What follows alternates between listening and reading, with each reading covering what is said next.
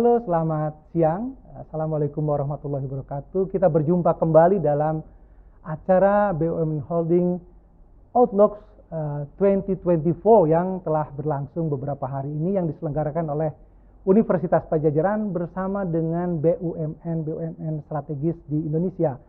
Senang sekali tentu saja kita dapat kembali bergabung, dan hari ini insya Allah kita akan berdiskusi, berbincang dengan salah satu pimpinan di BUMN yang tentu saja dalam waktu-waktu terakhir ini sangat kekinian bisnis industri yang akan disampaikan oleh beliau. Dan hadirin pemirsa sekalian, hari ini telah hadir bersama kita adalah salah satu pimpinan di BUMN strategis kita, PT LAN Industri. Oleh karena itu kita sapa dulu terlebih dahulu tamu kita. Selamat siang, Pak. Selamat siang, Prof. Terima kasih telah berkenan hadir bersama kita, dan saya lihat sekarang baik di ruangan ini dan ada di Zoom telah hadir bersama kita, menunggu apa yang ingin Bapak sampaikan masa depan kita terkait BUMN kita ke depannya seperti apa. Baik. Terima kasih. Terima kasih. Baik. Hadirin pemirsa sekalian, sebelum kita lanjut kepada acara kunci kita, saya terlebih dahulu ingin memperkenalkan beliau, pembicara kita pada hari ini. Izinkan saya membacakan CV beliau.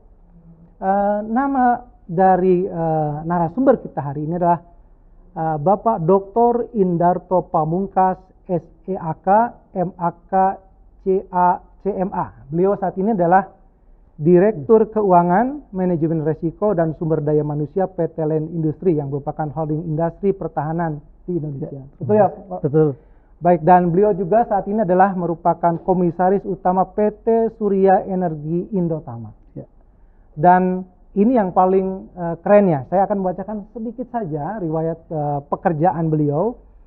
Sebelum menjabat sebagai Direktur Keuangan, Manajemen Resiko dan SDM di PT LAN, beliau pada tahun 2015 sampai dengan 2020 menjabat sebagai Direktur Keuangan dan Investasi PT Pupuk Indonesia Holding Company. Sebelumnya pada tahun 2016 sampai dengan 2020 juga merupakan Komisaris Utama PT Rekayasa Industri. Wah, luar biasa, Pak. Dan pada tahun 91 sampai 2015 di Bank Mandiri beliau beraktivitas, dan posisi terakhir adalah sebagai Senior Vice President Corporate Banking, dan tahun 2015 merupakan Ketua Dewan Pengawas Dana Pensiun Bank Mandiri 1 atau DAPEN BM1. Di tahun 1991 beliau bekerja di kantor akuntan publik Dr. Andes Utomo & Co. dan merupakan member of Arthur Andersen. Dan tahun 89 sampai dengan tahun 1991 beliau bekerja di PT Caltex Pasifik Indonesia atau sekarang dikenal sebagai PT Chevron. Luar biasa ya. Dan ini yang paling membuat saya bahagia kalau kita lihat latar belakang pendidikan beliau.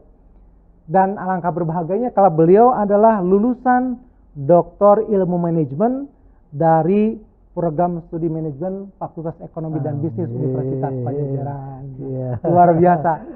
Kita tentu bangga terhadap beliau sebagai alumnus. Sebelumnya beliau juga menyelesaikan studi pada Magister Akuntansi di Universitas Indonesia dan menyelesaikan pendidikan sarjana di bidang akuntansi dari Universitas Airlangga Surabaya.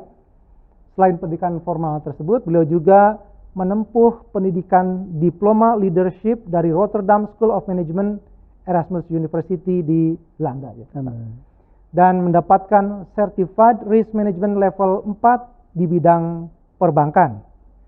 Selain itu, beliau pernah mendapatkan beberapa penghargaan. Yang pertama adalah sebagai Pegawai Terbaik Bank Mandiri tahun 2009. Menjadi Indonesia Best CFO 2017 versi majalah SWA pada tahun 2017. Dan menjadi Indonesia Best CFO bidang Corporate Restructuring dari majalah SWA pada tahun 2019. Meraih Alumni Award Professional Excellence dari Universitas Airlangga pada tahun 2018, mendapatkan penghargaan CFO Tangguh 2023 dengan predikat Men's dari majalah ya, majalah Men's Magazine, dan Brilliant Human Capital Director of Year 2023 oleh Indonesia Human Capital Brilliant Awards tahun 2023. Wah, luar biasa Pak. Nah, sebelum kita akan mulai apa yang akan beliau sampaikan, saya ingin sedikit memberikan pengantar. Ini akhir-akhir ini kita kan sedang ada dua peristiwa besar, ada perang Palestina, Hamas dengan Israel. Sebelumnya ada Ukraina, Rusia. Itu kan banyak teknologi perang gitu ya. Kadang orang berpikir ini teknologi perangnya ngabisin uang atau justru mendatangkan uang gitu ya. Nah, mungkin nanti Bapak bisa bercerita kepada kita semua, dan tentu saja nanti kita semua dapat berdiskusi tanya jawab dengan beliau. Oleh karena itu terlebih dahulu saya persilakan Bapak berkenan menyampaikan paparan kurang lebih 40 menit. Dipersilakan. Baik. Terima kasih Bapak Profesor Widya. Waduh, pembacaan CV-nya panjang sekali. Baik, Bapak Ibu sekalian, Assalamualaikum warahmatullahi wabarakatuh. Waalaikumsalam. Selamat siang, Shalom. Salam buat kita semua. Pada kesempatan kali ini, mohon izin, kami akan memaparkan topik yang akan kami bawakan hari ini adalah industri pertahanan Republik Indonesia berdasarkan BUMN Holding dan proses transformasi bisnis Holding Defense ID. Kita akan bahas secara outlook-nya untuk tahun 2024 maupun seterusnya. Ada 4 agenda dalam bahasan hari ini. Yang pertama, shareholder action untuk membangun industri pertahanan yang sehat, maju, kuat, mandiri, dan berdaya saing. Kemudian yang kedua adalah holding BUMN industri pertahanan, Defense ID. Kami akan menceritakan mengenai apa sih holding BUMN industri pertahanan, apa dan bagaimana kepekerjaannya. Kemudian yang ketiga adalah mengenai strategi pengembangan bisnis Defense ID. Dan yang keempat adalah transformasi holding yang telah kami lakukan dan seterusnya ke depan akan menjadi seperti apa. Kita masuk kepada agenda yang pertama, yaitu shareholder action untuk membangun industri hankam yang sehat, kuat, maju, mandiri, dan berdaya saing. Bapak Ibu sekalian, visi Indonesia Emas tahun 2045, khususnya di bidang pertahanan, ada 3 topik utama, yaitu ketertiban masyarakat yang inklusif, pertahanan yang berdaya gentar tinggi, serta keamanan insani yang bermanfaat. Di sini dalam hal ini pertahanan berdaya gentar tinggi merupakan salah satu target dari visi Indonesia Emas tahun 2045 yang berkaitan langsung dengan bidang industri pertahanan dan keamanan. Untuk mendukung visi Indonesia Emas di bidang hankam tersebut, BUMN industri pertahanan memiliki kewajiban untuk mewujudkan alutsista yang berteknologi tinggi, menciptakan industri hankam yang sehat, kuat, maju, mandiri, dan berdaya saing. Dan yang terakhir adalah menjadi pelaku utama di bidang global supply chain. Dan oleh sebab itu, hal ini merupakan kewajiban BUMN industri pertahanan untuk mewujudkan apa yang telah dicita-citakan dan telah digariskan oleh pemerintah untuk mencapai Indonesia Emas tahun 2045. Nah, ini yang tadi Pak Prof. Widya sampaikan, tantangan dan potensi ancaman di lingkungan strategis hankam nasional, pertahanan dan keamanan nasional. Yang pertama, kondisi geopolitik.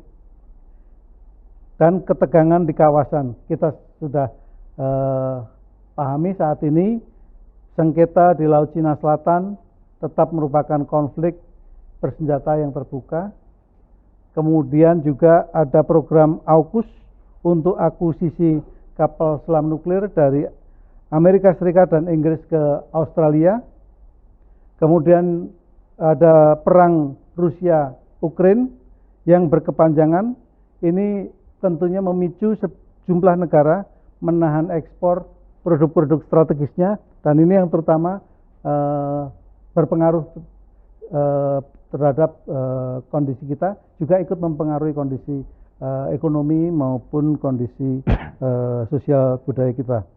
Kemudian perang Israel-Hamas yang berpotensi meluas, ini juga tentunya berimbas kepada penguatan dolar Amerika Serikat atau valuta asing, khususnya dolar US, serta pasokan harga minyak global. Kemudian ada beberapa isu-isu ekonomi yang merupakan ancaman, seperti contohnya adalah pengambilan sumber daya yang ilegal, illegal fishing, penebangan liar dan sebagainya, serta melemahnya perekonomian global. Kejahatan antar negara juga perlu kita waspadai. Berbagai kejahatan antar negara terkait mengenai kejahatan narkoba, pencucian uang, penyelundupan senjata, dan kejahatan dunia maya saat ini tumbuh secara signifikan.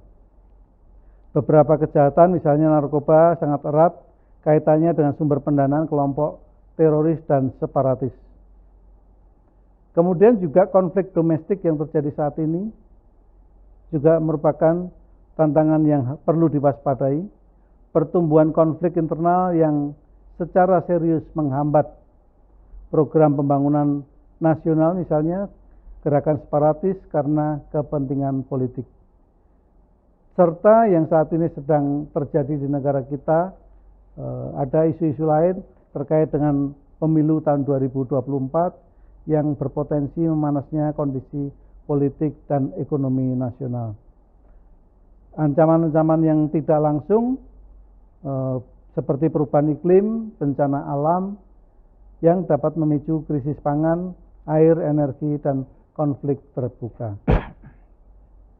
Mencermati dinamika yang terjadi di tingkat nasional maupun di lingkungan strategis, Indonesia semakin dituntut untuk memperkuat sistem pertahanan keamanan nasional yang tentunya ditopang oleh teknologi modern dan industri pertahanan dan keamanan yang tangguh.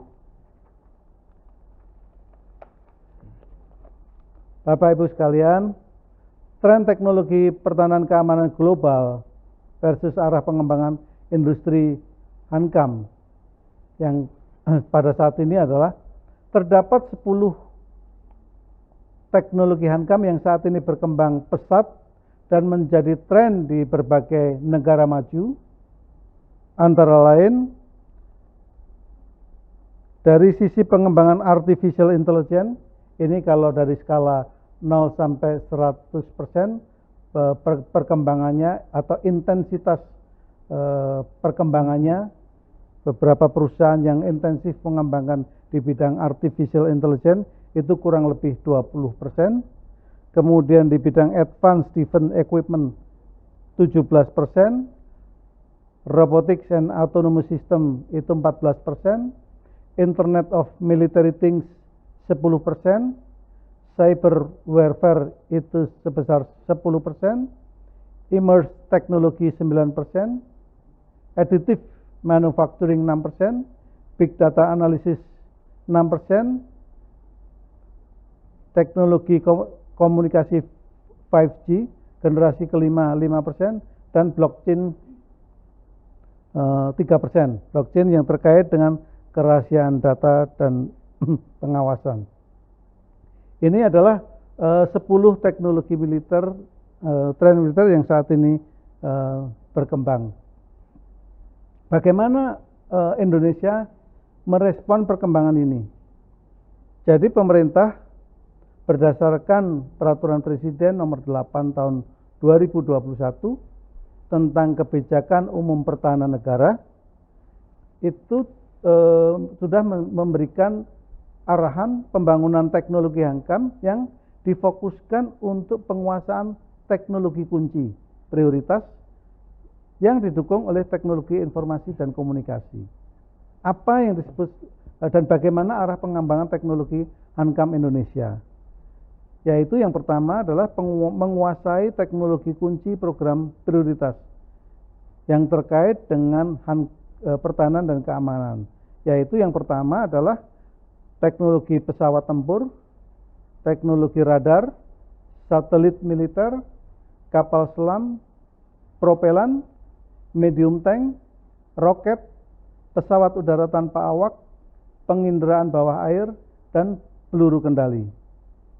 Nah, untuk mencapai sasaran tersebut perlu juga beberapa inisiatif yang dibangun untuk mendukung pencapaian teknologi, penguasaan teknologi kunci tersebut, yaitu membangun teknologi pendukung, yaitu meliputi daya gempur, daya gerak, penginderaan, peperangan elektronik, dan cyber.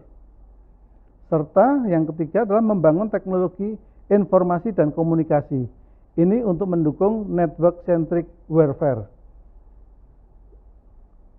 Yang keempat adalah membangun sistem komunikasi navigasi, penginderaan jarak jauh, dan intelijen. Ini berbasis satelit militer.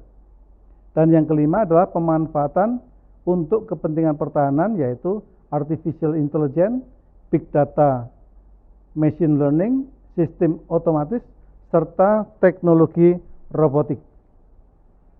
Arah pengembangan teknologi Hankam Indonesia telah diselaraskan dengan tren teknologi Hankam global. Diharapkan dengan demikian mampu mengejar tren perkembangan teknologi Hankam serta mampu mengimbangi peningkatan ancaman global. Kami lanjutkan. Kita sering berbicara mengenai kemandirian Alpal Hankam berbasis industri pertahanan dan Hankam. Sebetulnya kriteria atau indikatornya apa yang disebut sebagai kemandirian? Kemandirian dalam hal ini adalah kemandirian Alpal Hankam, yaitu mandiri dan berdaulat dalam menggunakan Alpal Hankam. Kemudian juga kesiapan Alpal Hankam mandiri dalam maintain, repair, and overhaul. Jadi MRO itu singkatan dari maintain, repair, dan overhaul Alpal Hankam. Dan tetap menjaga kesiapan, tetap dalam kesiapannya dalam status yang tinggi, siap setiap saat untuk dioperasikan dan digunakan. Kemudian juga pemenuhan dalam negeri, mandiri dalam memenuhi kebutuhan Alpal Hankam oleh industri Hankam di dalam negeri. Yang selanjutnya adalah integrasi sistem, mandiri dalam membangun integrasi dan interoperability Alpal Hankam terpadu untuk menjamin sistem security. Dan selanjutnya adalah penguasaan teknologi, mandiri dalam penguasaan key teknologi dan atau critical path Alpal Hankam beserta hilirisasinya. Juga perlu dilanjutkan dengan peningkatan kompetensi SDM. Terbangun dan terjaga kompetensi SDM dan kapabilitas nasional dalam adaptasi terhadap perubahan teknologi dan lingkungan strategis. Dan yang terakhir tentunya perlu adanya keberlanjutan, pertumbuhan dan kemajuan industri Hankam untuk menopang kemandirian Alpal Hankam dan kedaulatan nasional. Beberapa langkah strategis pemerintah yang telah dilakukan dan akan dilakukan yang terkait dengan dalam penguatan industri Hankam, pertahanan keamanan, guna mewujudkan kemandirian dan penguatan sistem Hankam nasional, ini adalah yang pertama dan setelah dilakukan adalah pembentukan Holding Defense ID. Ini telah dibentuk dan telah diresmikan, efektif berdirinya pada bulan Maret tahun 2022. Jadi sudah berumur 1 tahun lebih. Ini. Kemudian yang kedua, pemerintah juga telah menetapkan melalui Perpres 8 nomor 8 2021 tentang Jakum Hanek dalam rangka membangun teknologi hankam yang modern dengan penguasaan teknologi 10 kunci program prioritas yang tadi telah kita sampaikan. Kemudian juga dari Kementerian Pertahanan ada kontrak-kontrak proyek berjangka panjang. Kemenhan telah memberikan proyek besar dan jangka panjang kepada industri pertahanan dalam rangka mewujudkan postur Alpha Hankam, Essential Force dan penguasaan industri pertahanan dan keamanan. Juga kemudian selanjutnya penguatan bargaining industri. Ini penting bagi industri penguatan ini. Jadi pada saat ini Kementerian Pertahanan telah menunjuk holding Defense ID. Jadi mungkin pada kesempatan ini juga perlu saya sampaikan kalau teman-teman biar tidak confuse. Jadi holding industri pertahanan itu kami menggunakan branding Defense ID. Ya. Industri Pertahanan Indonesia. Kita menggunakan branding Defense ID. Di dalam hal ini Kemenhan telah menunjuk Defense ID sebagai main contractor dalam pengadaan Alpha Hankam strategis guna memperkuat bargaining position Defense ID terhadap prinsipal. Kemudian juga diperlukan dukungan modal kerja dan investasi. Untuk mendukung ini pemerintah memberikan kepada Defense ID ini penambahan penyertaan modal negara baik tunai maupun non tunai untuk penguatan struktur modal maupun untuk perkembangan fasilitas produksi di Defense ID. Selanjutnya kita masuk di bab kedua mengenai holding BUMN industri pertahanan. Bapak Ibu sekalian, Defense ID adalah grup holding yang terdiri dari 5 entitas bisnis yang bergerak di bidang PT Land Industri, bergerak di bidang Electronic System, kemudian PT Dirgantara Indonesia, bergerak di bidang Aerospace Platform, kemudian Pindad, PT Pindad, bergerak di bidang Land Platform, persenjataan, weapon, munition, dan heavy equipment. Sementara PT PAL Surabaya bergerak di bidang naval platform, shipbuilding, dan submarine. Dan PT Dahana bergerak di bidang energetic materials. Ini kelima perusahaan saat ini sudah bergabung menjadi satu dalam satu holding Defense ID. Visinya adalah kita ingin menjadi industri pertahanan nasional yang maju, kuat, mandiri, berdaya saing dan terkemuka di pasar global. Beberapa misi tentunya juga sudah kita definisikan dan berikut adalah misi-misi. Serta kami tentunya mempunyai target. Kami mempunyai target untuk menjadi top 50 global defense company. Jadi mungkin di dalam beberapa kesempatan kami selalu ingin mencapai target top 50 defense global company. Sebetulnya pada awalnya kita ingin ini secepat mungkin bisa kita capai, namun demikian beberapa kendala yang seperti adanya pandemi COVID kemarin itu juga membuat kami sedikit terlambat dalam mewujudkannya. Kemudian milestone pembentukan holding ini juga yang diawali dengan klasterisasi BUMN Inhan, ini telah kita lakukan. Kemudian juga kita melakukan inisiasi program bersama untuk mengutamakan sinergitas, pembentukan PMO, kajian RPP pembentukan holding, ini kita melakukan sinergi dan seperti tadi telah kami sampaikan, tanggal 2 Maret 2022 kita sudah efektif membentuk holding industri pertahanan. Sehingga pada saat ini Holding Defense ID ini adalah kami mempunyai 20 entitas yang terdiri dari satu induk, 8 anak, 7 cucu, dan 4 cicit perusahaan. Dengan total aset kurang lebih pada saat pembentukan holding itu 46 triliun dan total sumber daya manusianya 13.970. Dan pada akhir tahun 2022 kemarin, kontrak yang sudah kami tangani yang merupakan kontrak-kontrak pembuatan senjata yang terkait dengan Alfa Hankam sebesar 85 triliun.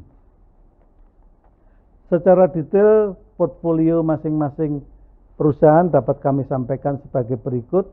Ini adalah spesifik, kalau tadi secara global, secara spesifik sebagai berikut. Land Industry itu bergerak di bidang Defense Electronics, Transportation System, jadi kalau Bapak Ibu menggunakan sistem MRT, LRT, itu kami punya peran di sana untuk dari sisi signaling. Dan Renewable Energy ini salah satu anak perusahaan kami yang bergerak di bidang energi baru terbarukan, solar panel, dan alhamdulillah kami juga sudah pernah bekerja sama dengan Universitas Padjadjaran dalam rangka pemasangan solar cell di kampus MIM maupun di Magister Manajemen serta Digital Solution. Kemudian dari sisi PT Dirgantara Indonesia ini ada aircraft, fixed and rotary wing, aerostructure, maincraft, aircraft dan engine service, serta engineering service dan weapon system. Kemudian dari PT Pindad itu ada land platform, weapon, munisi, serta heavy equipment. Kemudian dari PT PAL ini ada naval shipbuilding, pembangunan kapal-kapal yang terkait dengan pemesanan dari Kementerian Pertahanan, submarine, kapal selam, general engineering, maintenance, repair, and overhaul untuk kapal, baik kapal untuk pertahanan maupun komersial.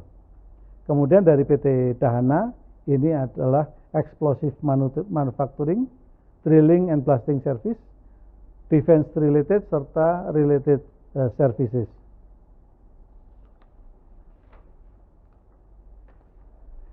Beberapa pencapaian Defense ID tahun 2022 dan 2023 dapat kami sampaikan di sini adalah dari target yang kita canangkan tahun 2022 berdasarkan laporan kita yang sudah diterbitkan audited, kita saat ini masih menduduki posisi 86 sebagai perusahaan nomor 26 in term of revenue secara global. Ya. Kemudian rata-rata TKDN mencapai 41,9%. Ini penting karena ini bagaimana kita bisa mengoptimalkan industri dalam negeri untuk kita gunakan dalam sistem membangun industri kita. Kemudian dari teknologi readiness level kita mencapai 6,2 dalam untuk 10 program prioritas ini. Pencapaian tahun 2023 kita tentunya ingin meningkat lagi, dan saat ini berdasarkan prognosa yang kami buat saat ini adalah kami akan menutup tahun ini dengan total kontrak baru sebesar 160 triliun. Kemudian di sini juga kita akan MOD budgetnya kita memperoleh 51,4 triliun. Kemudian juga dari sisi revenue, Defense ID revenue dari Hankam kita mencapai 14,4 triliun untuk tahun 2023. Kalau dari sisi revenue ini kami naik 45% dari tahun 2022 sebesar 9,9 triliun. Contoh yang sudah kami lakukan dan kami kerjakan di sebelah kanan, ini kalau dari PT Land Industry ini ada motor listrik, radar, data link, CMS ini adalah combat management system, ini sistem persenjataan, sistem untuk peperangan, combat management system yang diinstal di beberapa peralatan perang seperti kapal maupun beberapa platform yang lainnya. Kemudian dari PT Dahana ini ada propelan, daya gel ekstra, bom P series. Kemudian dari PT Pindad telah menghasilkan medium tank, kendaraan untuk kendaraan tempur, kendaraan operasional, itu kendaraan maung yang kita bangun di situ. Kemudian juga ada rifle dan pistol, senapan dan pistol, serta amunisi maupun granat. Dari PT Dirgantara Indonesia ada pesawat N219, NC212I, H225, helikopter dan H215M, serta helikopter Bell 412EP. Kemudian dari PT PAL telah membangun LPD, Landing Platform Deck, Submarine Fast Attack Craft, KCR, serta Light Frigate atau PKR. Konsep pembangunan industri pertahanan nasional secara terpadu dan berkelanjutan, ada 3 hal yang kita sedang bangun untuk konsep pembangunannya. Yang pertama adalah kita atau kami membangun ekosistem pertahanan. Jadi kita saat ini berusaha untuk mengembangkan ekosistem industri pertahanan. Dengan berbagai aktivitas yang telah kami lakukan, diharapkan di sini kita telah mempunyai roadmap transformasi industri, dan nanti kita akan membangun industri dengan berbasis roadmap ekosistem tadi. Kemudian ada juga roadmap teknologi per sektor, perkapalan, maritim, serta penerbangan. Kemudian juga dari yang ketiga adalah industri atau Defense ID. Dengan output kita membuat rencana jangka panjang Defense ID ke depan, dan diharapkan dengan 3 aktivitas ini konsep pembangunan industri hankam nasional secara terpadu dan berkelanjutan dapat kita susun dan dapat kita eksekusi, sehingga kita bisa mewujudkan harapan pemerintah terhadap holding Defense ID ini.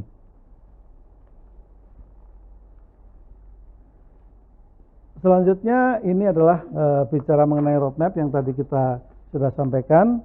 Ada 3 inisiatif. Yang utama adalah kemandirian teknologi dan peningkatan bisnis, menciptakan sinergi pembangunan dan industri pertahanan, pembangunan industri pertahanan, dan koordinasi antar BUMN dan kontrol pemerintah yang lebih baik. Jadi kalau kita lihat secara bertahap dari tahun 2020 sampai tahun 2024, dari sisi kemandirian teknologi dan peningkatan bisnis, ini fokusnya adalah pemenuhan Renstra, rencana strategi Kementerian Pertahanan, dan pemenuhan Renstra Kementerian Non-Pertahanan. Pemenuhan teknologi readiness level dan manufacturing readiness level sampai dengan 100% diharapkan. Strategi yang kita lakukan selain kita pengembangan secara organik, juga kita melakukan strategi partnership dan penetrasi ekspor di Asia Pasifik, Afrika, dan Amerika Latin. Kemudian dari inisiatif yang kedua, menciptakan sinergi pembangunan dan industri pertahanan, kita ingin membangun kapabilitas industri pertahanan yang selaras dengan kebutuhan pemerintah dan atau pengguna, termasuk kebutuhan untuk MRO berdasarkan 10 program prioritas pemerintah. Di sini juga kita melakukan research and innovation yang sejalan dengan kebutuhan Renstra yang kita telah canangkan. Juga kita merasa perlu untuk dalam rangka mendorong kekuatan research dan inovasi ini melalui pembentukan dan implementasi Indonesian Defense and Manufacturing Research Institute atau kita singkat dengan IDMRI. Kemudian yang ketiga, koordinasi antar BUMN dan kontrol pemerintah yang lebih baik. Ini kita kerjasama di bidang IDKLO, kolaborasi BUMN fokus pada core competencies dan human capital excellence, serta operational excellence berupa, tidak lupa juga kita melakukan digitalisasi proses bisnis yang berbasis produksi berbasis artificial intelligence atau smart factory 4.0. Kemudian strategi pengembangan bisnis yang kami lakukan adalah strategi utama untuk peningkatan daya saing kemandirian Inhan adalah pemenuhan Alfa Hankam, pengembangan teknologi dan ekosistem, optimalisasi sumber daya dan finansial, global partnership dan transformasi perusahaan. Tentunya beberapa target yang ingin kami capai untuk di masing-masing target adalah untuk inisiatif yang pertama kita ingin pemenuhan MEF. Di sini MEF adalah minimum essential force. Jadi yang telah ditetapkan pemerintah. MEF ini kalau di depan tadi kita lihat targetnya adalah kurang lebih 1,5% dari PDB. Itu untuk pembangunan industri pertahanan kita. Kemudian peningkatan dividen, pajak, dan PDB. Kemudian pengembangan teknologi dan ekosistem, yaitu terbentuknya pusat inovasi nasional untuk pertahanan, kemandirian dan substitusi import. Dari inisiatif yang ketiga, optimalisasi sumber daya dan finansial. Target utamanya adalah efisiensi operasional perusahaan, global partnership, serta transformasi perusahaan. Bapak Ibu sekalian, ini tadi ada 10 program nasional yang telah kita sampaikan tadi. Nah, bagaimana holding membagi fokus bisnis untuk masing-masing perusahaan yang di bawahnya supaya tidak terjadi efisiensi sehingga tidak saling overlapping satu sama lain. Kita bagi 10 program nasional tadi ke dalam beberapa perusahaan yang ada di bawah holding Defense ID. Untuk PT LAN akan mengembangkan radar, satelit militer dan penginderaan bawah air. Kemudian PT Dirgantara Indonesia akan mengembangkan pesawat tempur, pesawat udara tanpa awak atau drone, dan peluru kendali. PT Pindad akan mengembangkan tank berukuran sedang dan roket. PT PAL Indonesia akan mengembangkan kapal selam, dan PT Dahana akan mengembangkan propelan. Ini semua di tengah itu adalah teknologi readiness level, di mana kita penguasaan terhadap 10 program prioritas tadi dapat dilihat bagaimana kesiapan kita untuk melakukan pembangunan atau realisasi dari 10 program prioritas nasional yang sudah dalam skala teknologi readiness level sudah selesai dan kita sudah siap untuk masuk ke manufacturing readiness level adalah di teknologi di TRL 8 dan 9, composite propellant, roket, serta CMS, Alcom, propellant maupun medium tank. Ini PT Pindad serta beberapa perusahaan yang ada di sana sudah mampu untuk memproduksi ini. Kemudian juga kita sudah melakukan program kerja penguasaan teknologi, beberapa kerjasama dengan prinsipal itu juga sudah kami lakukan. Beberapa prinsipal yang sudah bekerja sama dengan PT Defense ID adalah ini kami tentunya untuk mengejar ketertinggalan kita di bidang industri pertahanan, kami juga melakukan langkah kerjasama kolaborasi dengan beberapa prinsipal yang telah maju secara teknologi. Kita sudah bekerja sama dengan 52 strategic partner dari 18 negara. Ini adalah beberapa partner yang sudah kita melakukan kerjasama dengan mereka, baik dari sisi defense sektor maupun non-defense sektor. Beberapa pemain besar seperti kalau di naval itu ada di sini ada Thales, ada Leonardo, ada kemudian dari pertahanan udara ada Airbus, ada Leonardo dan seterusnya. Ini adalah partner-partner kami untuk pengembangan di bidang teknologi pertahanan. Bagaimana kita mensikapi meleverage kemampuan kita memproduksi persenjataan itu untuk meningkatkan penghasilan kita, pendapatan kita untuk menjaga sustainability perusahaan ini, karena bagaimanapun juga perusahaan harus tetap sustain melalui pencapaian-pencapaian penjualan secara kesinambungan dengan cara kita memperoleh pendapatan atau dan profit. Jadi Divenadi juga sudah melakukan ekspansi ke pasar-pasar global. Beberapa pendapatan ekspor BUMN Inhan kami sampaikan sini, dan ini akan terus kami dorong untuk kami tingkatkan. Beberapa produk yang sudah sampai di pasar ekspor antara lain pesawat CN-235, pesawat NC-212, Sea-Shiply Vessel, senjata, munisi, cartridge emulsion, dan serta non-electric detonator. Ini beberapa yang sudah kita lakukan, dan permintaan dari luar negeri cukup baik. Ini beberapa yang telah kami lakukan. Namun demikian kami sampaikan di sini, untuk proses ekspor beberapa peralatan yang sifatnya pertahanan keamanan ini, baik senjata, munisi, itu prosedurnya tidak mudah karena melalui persetujuan dari beberapa kementerian maupun lembaga, yang utama adalah Kementerian Pertahanan. Jadi tidak langsung kami bisa melakukan, ada pesanan kami kirim nggak bisa. Jadi kami perlu perizinan untuk mengekspor persenjataan ini. Kemudian transformasi holding, kami bicara sedikit mengenai ini. Jadi tahapan kita harapkan sampai tahun 2026, kalau bisa kita bagi 2022 dan 2023 ini adalah fase integrasi. Jadi kami saat ini masuk di fase integrasi, dan kami juga tahun depan kita masuk fase integrasi. Bentuk holding pun juga akan kami sesuaikan. Ke depan kita akan menjadi strategic holding, jadi fokus pada corporate parenting management, strategic management objektif, regulasi, kebijakan, portfolio. Nanti semua bisnis akan diturunkan di anak-anak perusahaan.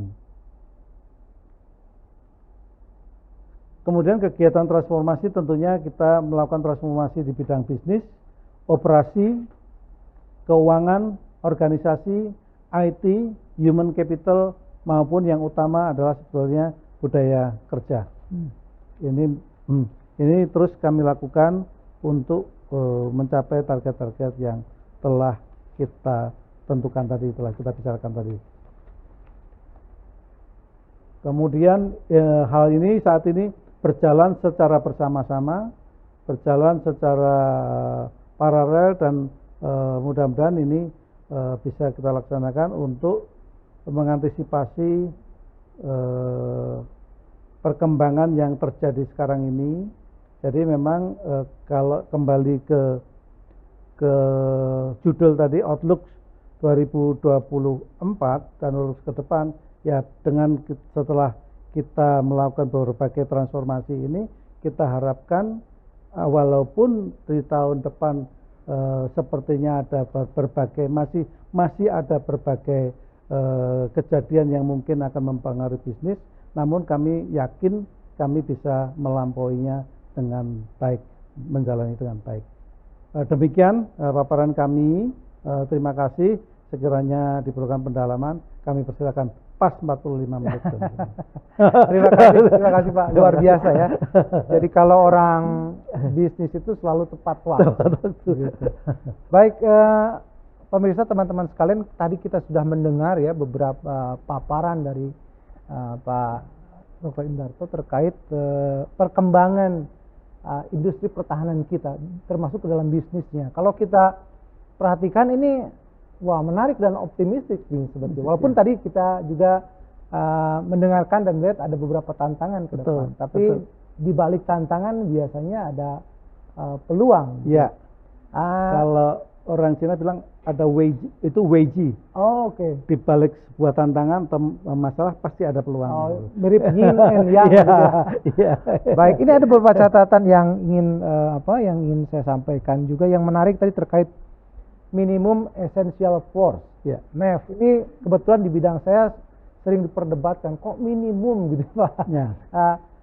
Sebelum sampai kita mungkin ada penjelasan konsep ini Pak. Ya, konsep ini sebetulnya kita melihat ini, konsep ini yang menginisiat sebetulnya adalah NATO, dari bahwa untuk menjaga pertahanan dan selalu ready dalam setiap saat dan bagaimana membangun industri ini secara baik. Ini ada minimum kayak anggaran yang diperlukan untuk membangun industri ini. Makanya tadi ada angka yang di quote tadi adalah kurang lebih 1,5% dari produk domestik bruto. Ya. Untuk alutsista. Untuk alutsista. Namun demikian, apabila dilihat di berbagai negara, itu ada yang sudah mencapai dan ada yang belum. Kalau di negara kita itu berdasarkan perhitungan kami sampai saat ini baru tercapai 0,8%. Ya, jadi belum bisa mencapai minimum essential force tadi. Belum. Ya, namun demikian targetnya mudah-mudahan di beberapa tahun ke depan ini bisa kita pemerintah bisa mencapai itu. Kalau kami kan enggak, kami kan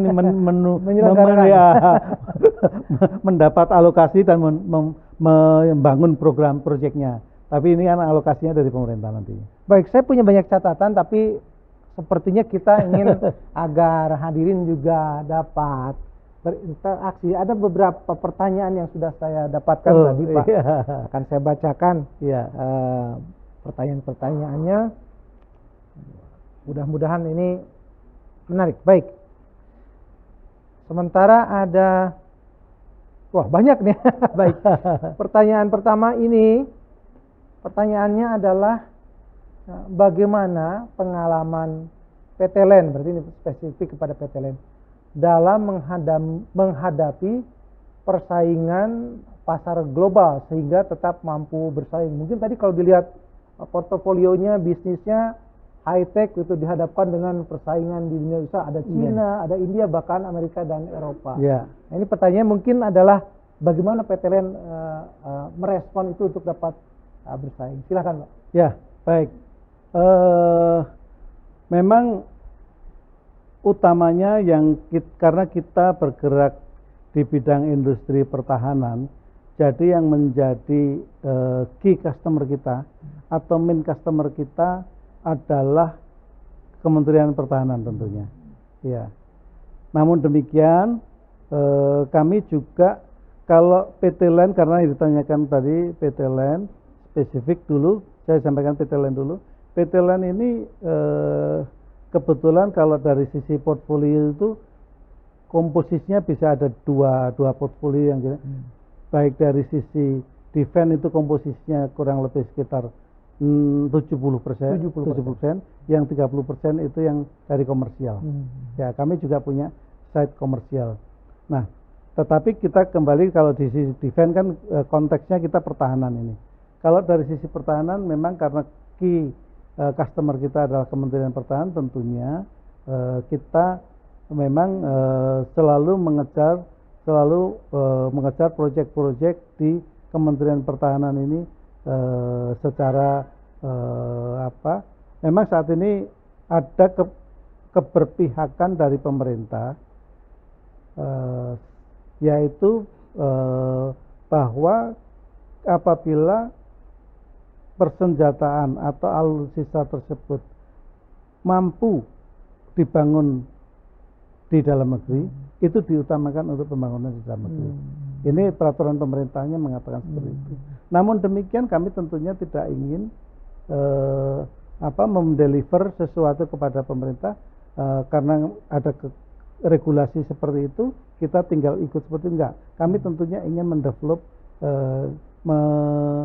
mengembangkan diri untuk mampu melakukan itu. Jadi beberapa strategi yang kita lakukan adalah dari sisi teknologi yang tadi kita sampaikan, kami menggandeng beberapa prinsipal partner-partner kami yang memang sudah maju di bidang teknologi untuk mengembangkan kemampuan kita mengembangkan satu produk. Termasuk juga di dalamnya itu kami mengembangkan sumber daya manusianya. Supaya 5-10 tahun ke depan kami mempunyai sumber daya yang memang handal di bidangnya. Seperti contoh untuk membangun industri pesawat terbang, kita bekerja sama dengan berbagai negara, antara lain misalnya di Turki misalnya, itu kita mengirim kurang lebih saat ini 50 milenial pegawai engineer untuk belajar di sana, langsung magang di sana. Itu tidak hanya di sana, juga di beberapa prinsipal untuk kita magangkan mereka di sana. Dan kita magangkan mereka itu untuk berbagai bidang, bukan hanya produk yang dipesan oleh Indonesia, oleh Land Defense ID. Jadi mereka bisa magang di beberapa tempat yang telah kita lakukan kerjasama. Jadi dari sisi SDM kita bangun, dari sisi kemampuan produksinya, peralatannya juga kita melakukan kerjasama. Misalnya kita juga kerjasama dengan Airbus, yang tadi disebut sebagai kita menjadi salah satu global supply chain. Jadi kita tentunya tidak ingin, tidak berpikiran lagi membangun misalnya pesawat dari A to Z. Jadi misalnya kita hanya mendapat kesempatan atau kepercayaan saat ini memproduksi wingsnya saja karena kemampuan itu nggak apa-apa, kita kerjasama, kita melakukan MOU. Tetapi kalau Airbus mendapat pesanan dalam 1 tahun 1000 pesawat, kan kita 1000 wings juga. Ya, kita ingin menjadi, belum spare part-nya yang kita bisa. Dan ini tentunya jadi persaingan yang sifatnya bersaing betul head to head, kemungkinan sudah tidak masuk ke era itu, kita masuk kolaborasi. Iya, kita kolaborasi. Jadi kalau kita awam kan berpikirnya ini mengapa nih kita hanya memproduksi ekor aja, atau yang ekstrimnya memproduksi bautnya aja. Karena kalau bisnis sekarang nggak gitu ya. Bukan, kita mengejar ketertinggalan, kita mampu memproduksi pesawat sekelas Airbus mungkin berapa puluh tahun yang kita butuhkan. Nah, jadi tidak akan pernah sampai di sana. Jadi tidak usah berkompetisi, tapi sekarang era kolaborasi. Pak, silakan minum dulu Pak. Sambil saya mengecek dulu, silakan minum dulu. Ini mungkin banyak sekali. Bukan PT LAN, tapi PT LAN, LEN. Oh iya, LEN, Lembaga Elektronika Nasional. Ini saya punya cerita nih Pak. Iya, silakan Pak. Dulu saya kebetulan kuliah S1, kuliah di salah satu perguruan tinggi negeri di Kota Bandung, di ya inisialnya aja, ITB gitu. Jadi saya waktu itu kebetulan sedang belajar semikonduktor. Semikonduktor. Jadi saya magang di sana gitu ya, praktek. Tapi sekarang saya lihat ini luar biasa, sudah demikian pesat, jauh seperti 35 tahun yang lalu begitu ya. Baik Pak Indarto, kita akan lanjutkan beberapa pertanyaan dari audiens. Nah, ini ada pertanyaan lagi yang menarik Pak. Pertanyaannya adalah bagaimana tantangan BUMN dalam melakukan transformasi budaya perusahaan. Oh iya, tadi Bapak menyampaikan bahwa salah satu yang sedang digejot ini adalah transformasi budaya. Ya mungkin nanti bisa ceritakan ada persoalan apa sih Pak? Memang kita ini di budaya kultur, ada budaya di bisnis kita atau seperti apa? Dan monggo silakan Pak. Ya, jadi, baik. Memang ada image yang menyatakan kalau di BUMN itu budayanya adalah beda dengan swasta, iya kan gitu ya. Karena memang kalau sudah di negeri gitu ya, sudah di BUMN itu misalnya nggak bisa diberhentikan kasarnya gitu, kerja semaunya gitu. Nah sebetulnya nggak juga, itu hanya kalau itu mungkin seperti satu pendapat atau satu mitos mungkin kayak mitos yang sebetulnya apalagi di pemerintahan di bawah BUMN di bawah Pak Menteri Erick sekarang ini Pak, itu sudah nggak ada lagi seperti itu. Jadi kalau memang nggak perform ya sudah berhentikan aja.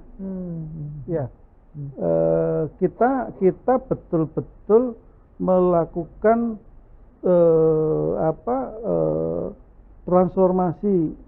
transformasi budaya itu dapat dikatakan sudah sangat dekat, sangat mirip dengan swasta. Jadi karena begini, Prof, sebetulnya organisasi itu kami yakini adalah organisasi itu terdiri adalah kumpulan dari orang. Kumpulan dari orang. Itu juga perusahaan, kumpulan dari orang. Kalau orang-orang ini mempunyai arah visi yang sama, itu akan dalam mencapai tujuan itu bisa secara cepat dilakukan. Tetapi kalau orang-orang itu mempunyai pemikiran yang berbeda-beda, tujuan yang berbeda-beda, akan sangat sulit. Apalagi ada yang melubangi. Iya, apalagi di dalam kapal kita ada yang melubangin. Nah, oleh karena itu kita sebagai BUMN sudah diletakkan satu dasar culture, yaitu budaya akhlak. Ya. Oh, ini untuk ini ya, di bawah Kementerian BUMN. Pak Erick Thohir, Pak Erick Thohir akhlak. Ya, Ya, kan gitu ya. baik. Nah, ya sudah, semua harus pikiran kita ke sana. Udah nggak ada lagi, value kita adalah value akhlak. Ya, jadi ini dengan ditetapkannya ini, kami tentunya harus melakukan hal menyambut dan mengimplementasikan ini tanpa ragu-ragu dan kita jalankan. Kita arahnya akhlak, siapa yang mau ikut, ayo silakan. Yang tidak mau ikut, ya sudah, kita berhentikan. Jangan bicara, wah BUMN enggak bisa kok. Bisa kita berhentikan. Jadi, iya, betul. Jadi problemnya itu di manusia ya, human capital. Secanggih apapun teknologi kita punya, kalau manusianya, kulturnya, budaya, organisasinya belum support, belum fit dengan teknologi, ya gagal. Betul. Ya, baik. Ya, yang lain kan penunjang, tapi tapi manusianya ini yang penting, orangnya, visinya gitu ya. Nah, berbicara tadi ini nyambung sedikit nih, beberapa waktu yang lalu ini agak-agak ramai mungkin menjelang pilpres politik nih.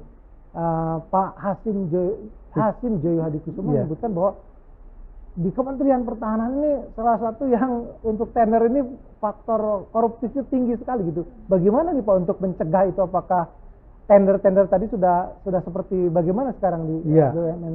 Iya. Jadi seringkali kita berbicara berdasarkan tadi kayak berdasarkan satu yang sebetulnya dapat dikatakan kayak isu atau gosip atau seperti itu. Saya tidak tahu di masa lalu. Iya. Tapi di masa sekarang, di masa yang sedang kita lakukan ini adalah tender. Kalau kami pengadaan semua sudah kita lakukan terbuka semua. Ya, nggak ada lagi yang kita lakukan secara sembunyi-sembunyi, nggak ada. Semua kita lakukan secara terbuka. Jadi kami ingin meletakkan semua proses ini di dalam suatu sistem, ya, sehingga dengan adanya sistem ini menjadi terbuka, bisa dilihat oleh semua orang, bisa direview, bisa auditable, silakan kalau mau. Jadi yang proses yang tidak sesuai dengan tata kelola, ya, ini tentunya kita nggak bisa kita akomodasi lagi. Kan bagaimana juga pedoman kita kan good corporate governance, ya kan gitu ya.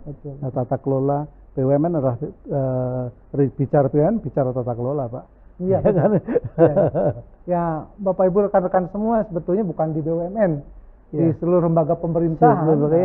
Kita jangan segan-segan mengadopsi apa yang terjadi di company, perusahaan. Betul. Selama itu memang bagus. Gitu. Memang tidak bisa 100% sama ya, tapi nilai-nilai baiknya ya perlu kita adopsi. Saya betul. Baik. Terima kasih Pak.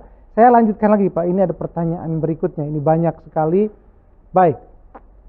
Pertanyaan ketiga ini beliau menanyakan bagaimana komitmen BUMN Holding dalam upaya kontribusi peningkatan kemitraan dengan perguruan tinggi di Indonesia. Nah, berarti Pak ini kebetulan hadir di Unpad nih. Keterlibatan perguruan tinggi seperti saya tadi cerita nih, pada masa lalu saya pernah ikut ini. Nah, saat ini dan ke depan bagaimana Pak? Ya, baik. Salah satu inisiatif yang tadi kami sampaikan dalam 3 hal yang pengembangan kita ke depan ya, sektor pertahanan keamanan adalah membangun ekosistem. Ya, ekosistem, betul. Di dalam ekosistem itu termasuk di dalamnya adalah perguruan tinggi.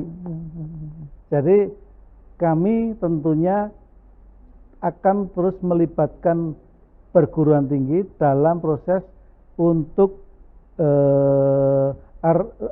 research dan ya. innovation-nya. Ya. Di samping itu kami juga menyiapkan sejumlah alokasi anggaran untuk peningkatan kompetensi SDM kami. Jadi sejak tahun yang lalu kami sudah mengirim beberapa orang untuk ambil S2 bahkan S3 di beberapa perguruan tinggi di Indonesia. Di Indonesia, ya. Juga di luar negeri kita lakukan. Juga tidak terbatas itu, tapi di luar negeri untuk pegawai-pegawai di Defense ID. Kemudian juga yang tadi saya sampaikan tidak hanya dari sisi pendidikan strata yang terstruktur, tapi juga dari kegiatan magang, ya. Kemudian kita magang itu kita titipkan dia di prinsipal untuk belajar mengenai suatu produk yang secara spesifik, sehingga kalau dia nanti pulang dia bisa mengembangkannya di Indonesia. Itu Pak. Kalau sebaliknya, nih kalau perguruan tinggi ini kan lagi zamannya MBKM, Nah, apakah di perusahaan-perusahaan yang bagian holding Defense ID itu membuka ruang untuk para mahasiswa untuk tadi ikut belajar? Ya, kami sudah secara rutin menerima mahasiswa magang di kantor kami. Mau magang di kantor kami, menulis, melakukan penelitian, riset, kami sangat terbuka. Saya alumni tadi Pak. Begitu ya. Jadi secara reguler kami menerima mahasiswa-mahasiswa magang di kantor kami di seluruh di Defense ID. Nah, jadi buat pemirsa yang masih mahasiswa, ini tadi disampaikan oleh beliau dan para dosen tentu ya, ini tentu saja di kampus suka ada gagasan-gagasan inovatif yang berbeda, yang mungkin bisa juga menjadi memperkaya buat riset dan pengembangan di perusahaan-perusahaan bawah. Luar biasa Pak. Baik, oke. Saya sebelum lanjut ke pertanyaan-pertanyaan dari pemirsa, saya juga ada yang tertarik tadi Pak. Silakan. Dari paparan Bapak tadi budaya ternyata ini. Yang kedua nih, ini kan bidangnya pertahanan. Walaupun tadi Bapak sebutkan bahwa ada koordinasi misalnya dengan kementerian lembaga yang lain. Termasuk ini kan kalau konteksnya untuk memenuhi kebutuhan alutsista nasional, berarti penggunanya usernya kan TNI, polisi dan Kemhan. Ini by request dari beliau-beliau atau kita juga memberikan visi ke depan ini perkembangan seperti yang tadi kita lihat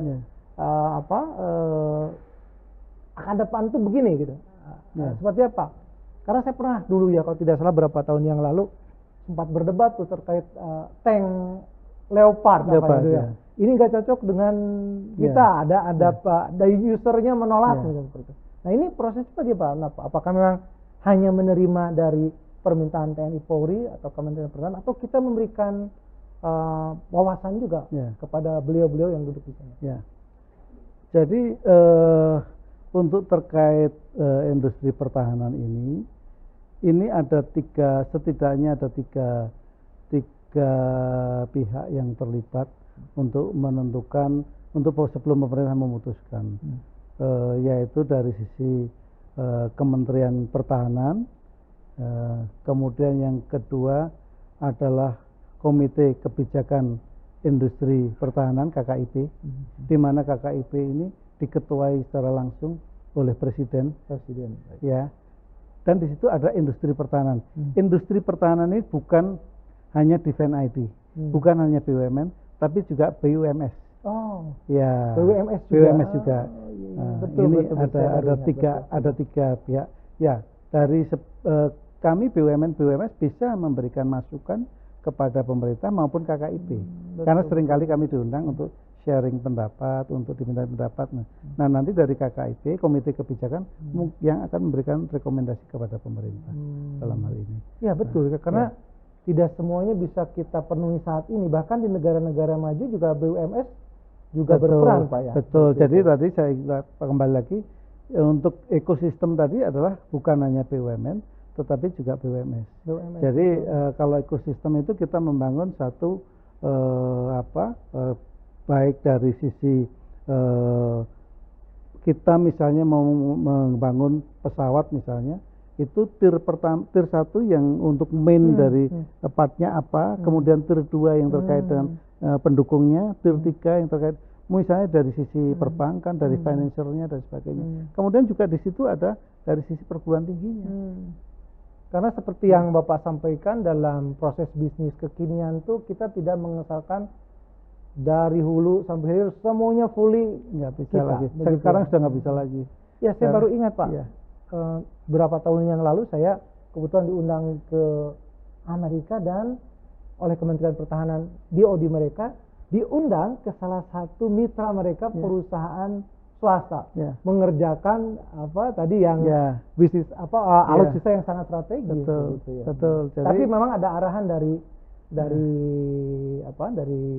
pemerintah bidang mana yang boleh diserahkan dan mana yang memang itu sifatnya rahasia. Seperti sekarang kita lihat yang sederhana, pabrik sepeda motor nggak perlu memproduksi A to Z-nya. Iya betul. Ya kan gitu ya, yang sederhana. Ya, jadi karena itu mahal sekali kalau kita mengembangkan A to Z, itu bisa di subkontraktorkan atau dengan vendor-vendor, tinggal nanti diintegrasikan, selesai di situ. Nah, jadi buat kita nih yang selalu masih ribut ingin membuat sesuatu 100% di negeri sendiri ya sekarang tampaknya harus dipikirkan ulang gitu ya. Karena memang kalau tidak begitu ya kita harus mengukur dulu, menakar dulu kemampuan kita saat ini. Betul. Baik, saya lanjutkan Pak. Baik, ini masih ada beberapa pertanyaan. Pertanyaan berikutnya adalah, ini menarik Pak, tadi Bapak sampaikan. Bagaimana strategi PT LAN Industri mencapai visi menuju top 50 global defense? Wah, betul Pak. Top 50 global defense ini gimana nih di tengah persaingan? Strateginya bagaimana? Silakan Pak. Ya, kita lihat dulu ukuran dari top 50 global itu. Kita ukurannya adalah bagaimana revenue kita itu ada mencapai setidaknya 50 besar di dunia, khususnya di sektor pertahanan. Dan untuk mencapai revenue itu tentunya kita harus mendapatkan kepercayaan dari customer kita, baik di dalam maupun di luar negeri. Ya. Kalau di dalam negeri itu tentunya Kementerian Pertahanan. Kalau di luar negeri sama sebetulnya. Nah, untuk mendapatkan kepercayaan itu kita harus mempunyai produk-produk yang produk andalan, ya, dan itu sudah proven dipercaya oleh masyarakat di dalam maupun di luar negeri bahwa itu proven. Kemudian beberapa produk tadi kita dorong dari sisi penjualan maupun inovasi terus-menerus terkait produk itu. Dan perlu diingat di sini bahwa ke depan kita tahu anggaran pemerintah untuk pertahanan pasti ada batasnya. Nah, kalau kita tidak bisa mencapai itu, kita punya alternatif lain. Karena kita selalu harus mengembangkan yang namanya dual use teknologi. Jadi dual use. Jadi di samping kita mengembangkan produk ini, di samping nanti bisa digunakan untuk industri pertahanan, juga mungkin down spec sedikit dijual untuk komersialnya. Ya, seperti contoh drone misalnya apa begitu? Ya, saat ini kami mengembangkan radar.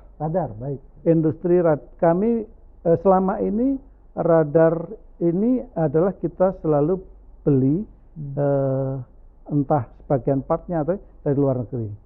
Dan alhamdulillah di tahun 2023 ini pemerintah memberikan kepada PT LAN itu penyertaan modal negara PMN untuk membangun industri radar nasional.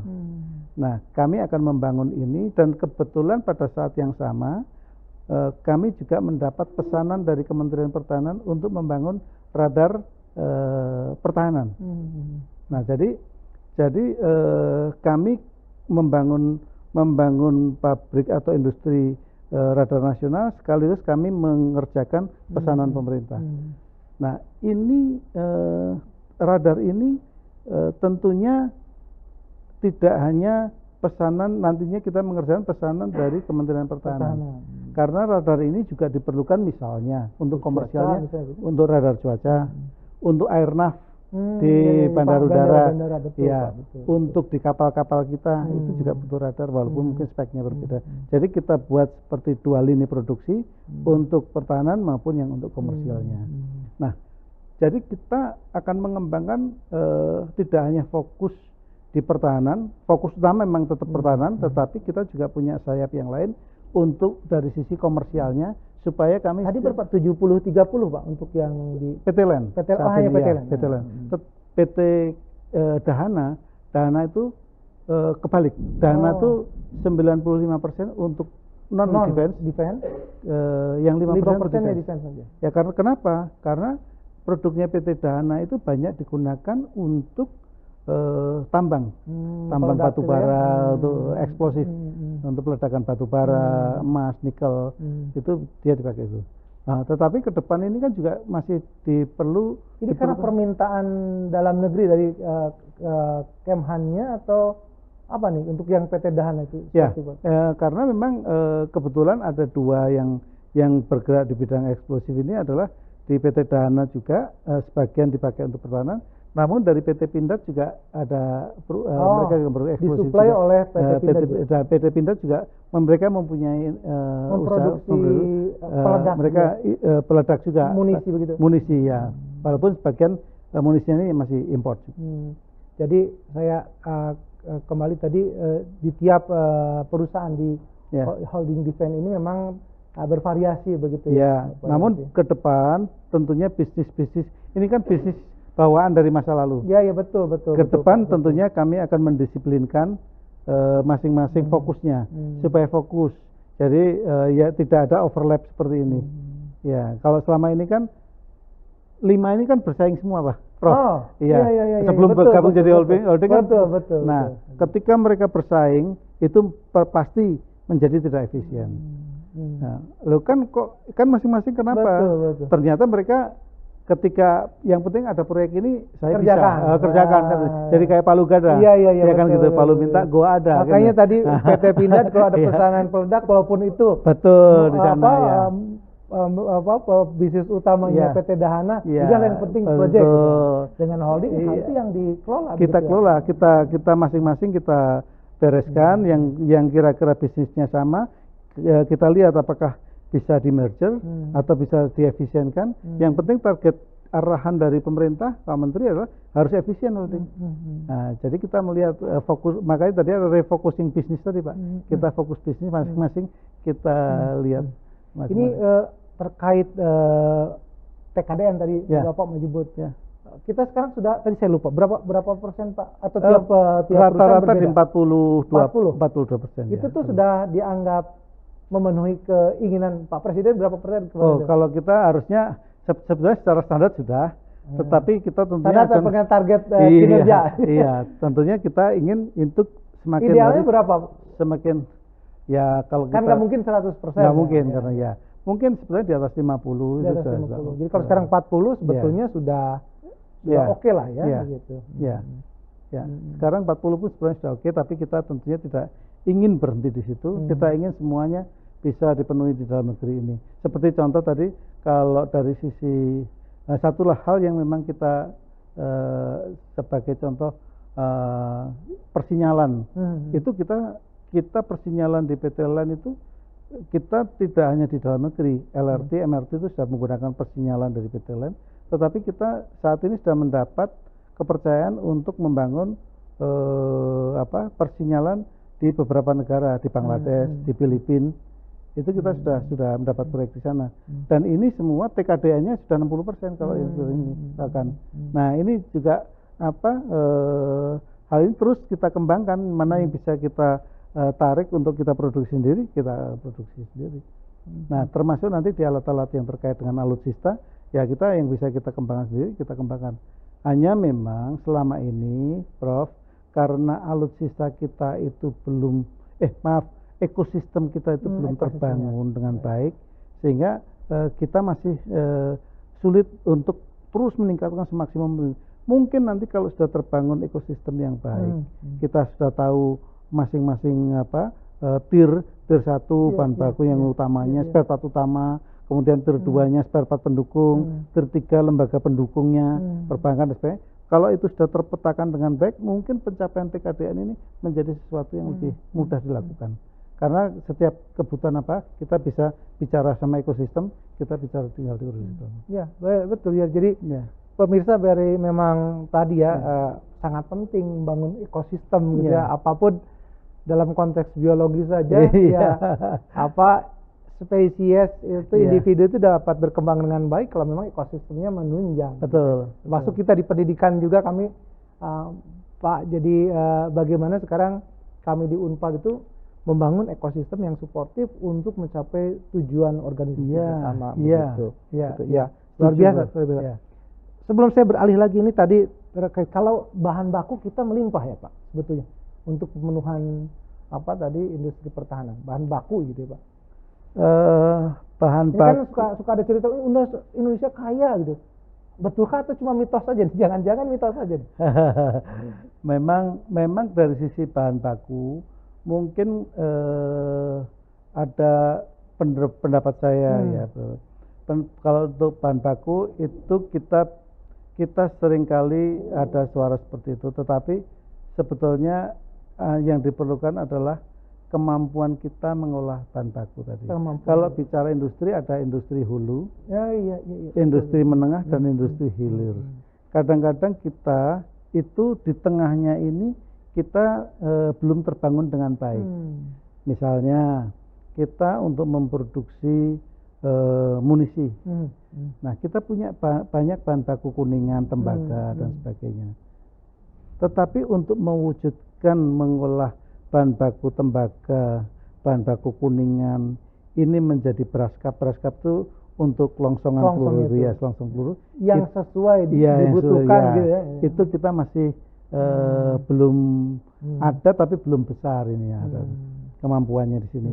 Tetapi yang dilakukan PT Pindad adalah di sini mengimpor beraskap yang tadi di sini bahan baku tadi diekspor. Di sini kita mengimpor yang sudah di sini dari bahan baku diolah menjadi beraskap, longsong peluru tadi. Di sini adalah menyelesaikan menjadi amunisinya. Nah, padahal di sini, ini nggak terintegrasi. Betul. Ya, seperti contohnya untuk Pindad lagi untuk memproduksi senapan. Larasnya itu kita juga masih impor, Padahal sebetulnya kita mungkin punya bahan baku baja, sebetulnya tapi, ada tetapi pengolahannya menjadi sebuah larasnya itu yang teknologi karena kita belum. Teknologi karena laras itu butuh ketahanan untuk ditembakkan untuk panas dari tembakannya itu butuh berapa derajat tadi dan beberapa kali diuji coba ditembakkan. Kalau dari kita mungkin nggak kuat ya. Iya betul. Saya pernah dengar dari kebetulan saya mengajar di beberapa sekolah-sekolah TNI. Saya untuk yang bom itu artileri. Katanya kalau yang buatan Cina melencengnya itu 20 meter, kalau buatan yang Eropa, Amerika 5 meter aja. Buatan Indonesia berapa? Yang kedua ini anekdot katanya, kalau senjata buatan kita hati-hati kalau nembaknya ke kaki itu bisa ke kepala. Jadi penting ya untuk sampai di industri. Jadi PR-nya bukan hanya kadang-kadang masyarakat berpikir ini pemerintah nggak punya political will gitu ya. Tapi kita kembali ke diri kita sendiri, industri kita itu sebetulnya sudah memang support tidak terhadap seluruh begitu ya proses bisnisnya. Baik, nah masih ada 10 menit lagi, satu pertanyaan lagi Bapak. Ini akan saya bacakan, ini pertanyaan terakhir dari audiens. Pertanyaannya adalah, selamat siang Pak, saya Dimas Bani Farizi dari program studi Administrasi Bisnis PSDKU Pangandaran. Oh iya, kami punya program studi di luar kampus utama di Pangandaran. Ya, halo Dimas. Ya, baik. Ini NPM-nya ada. Ini buat Bapak Ibu dosennya, NPM-nya tolong dicatat, kasih nilai tambahan. NPM 1709102200021. Silakan Ibu Bapak dosennya diberikan apresiasi terhadap Kang Ya. Dimas Bani Farizi. Pertanyaannya Pak, saya ingin bertanya apa tantangan terbesar yang dialami oleh PT Land Industri? Terima kasih. Silahkan Bapak. Oke. Tantangan yang dialami PT Land Industri utamanya adalah kita tahu, kita sadar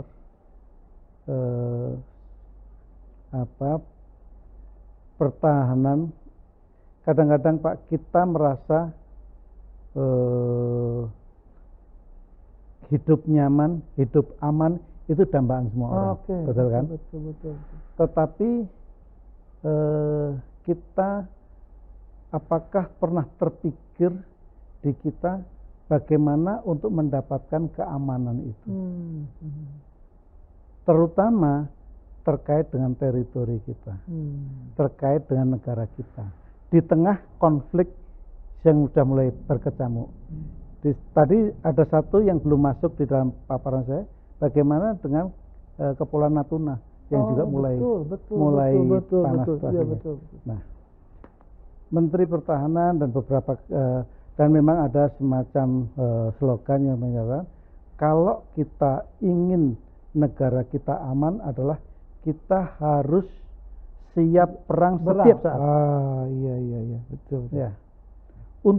Karena apa? Kalau kita siap perang setiap saat, itu negara tetangga, ya, itu akan segan dengan kita. Illegal fishing itu nggak akan terjadi lagi, iya kan?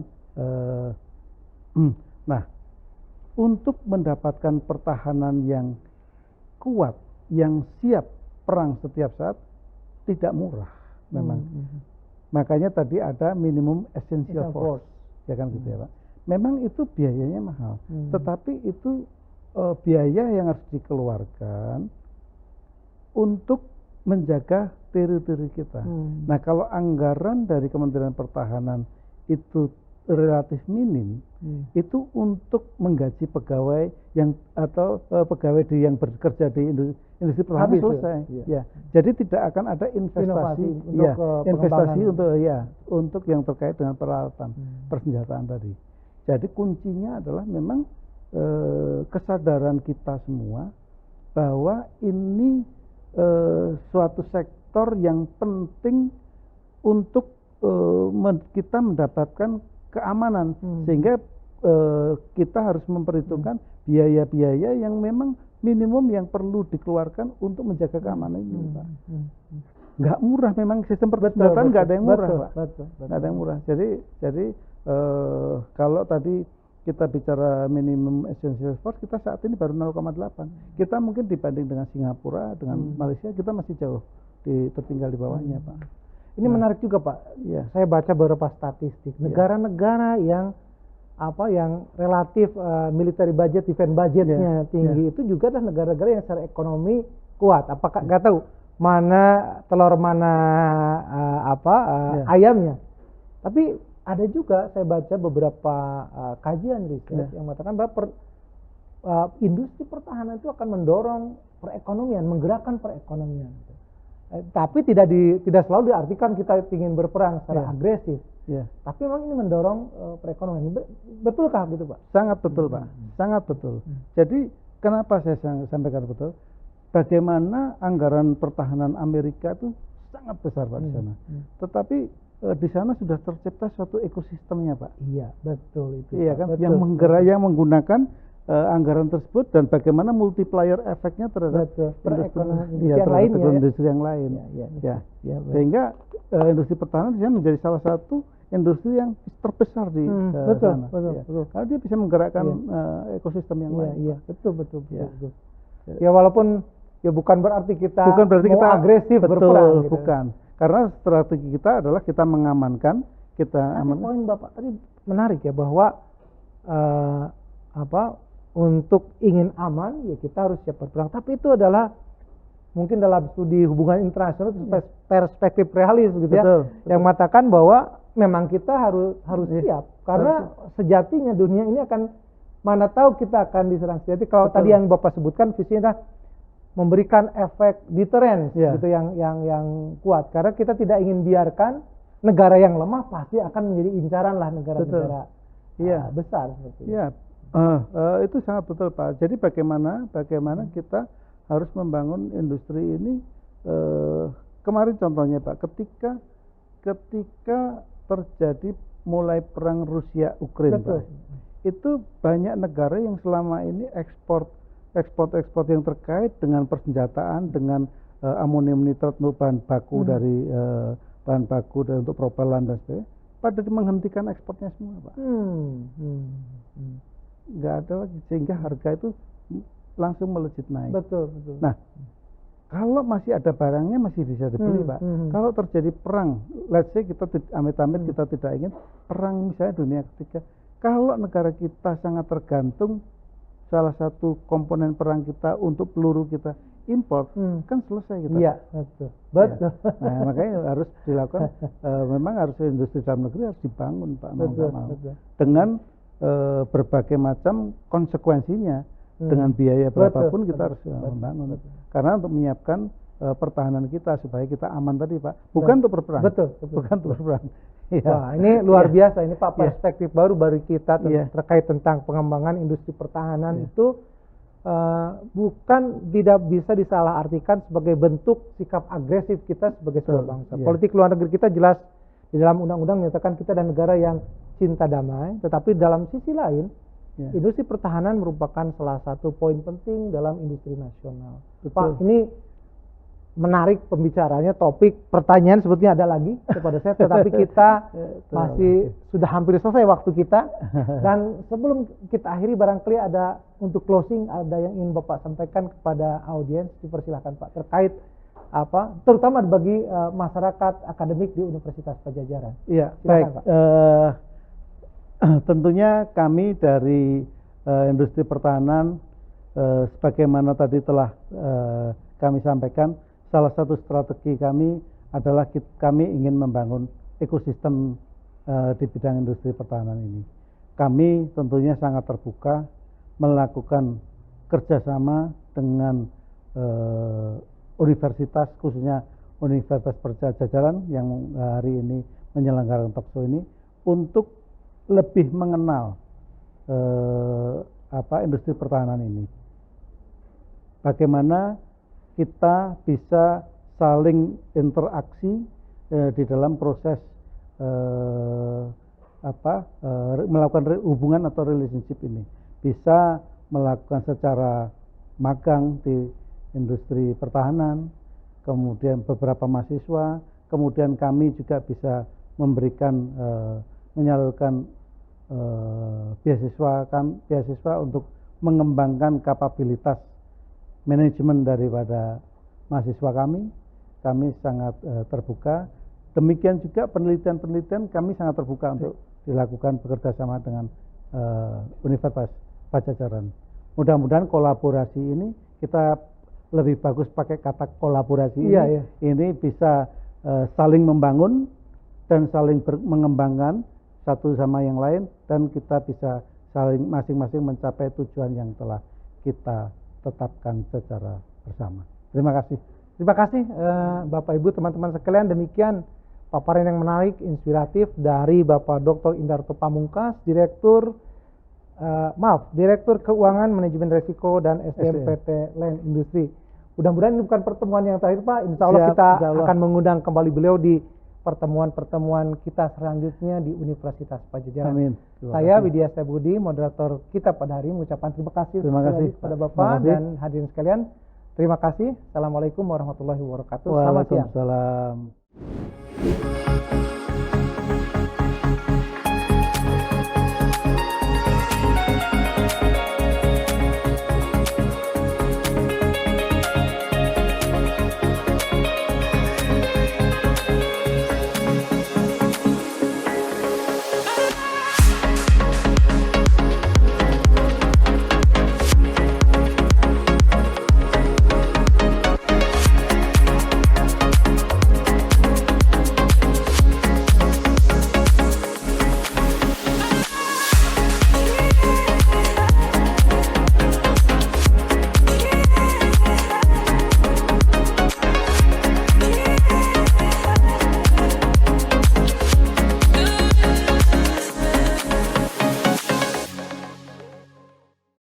dipersembahkan oleh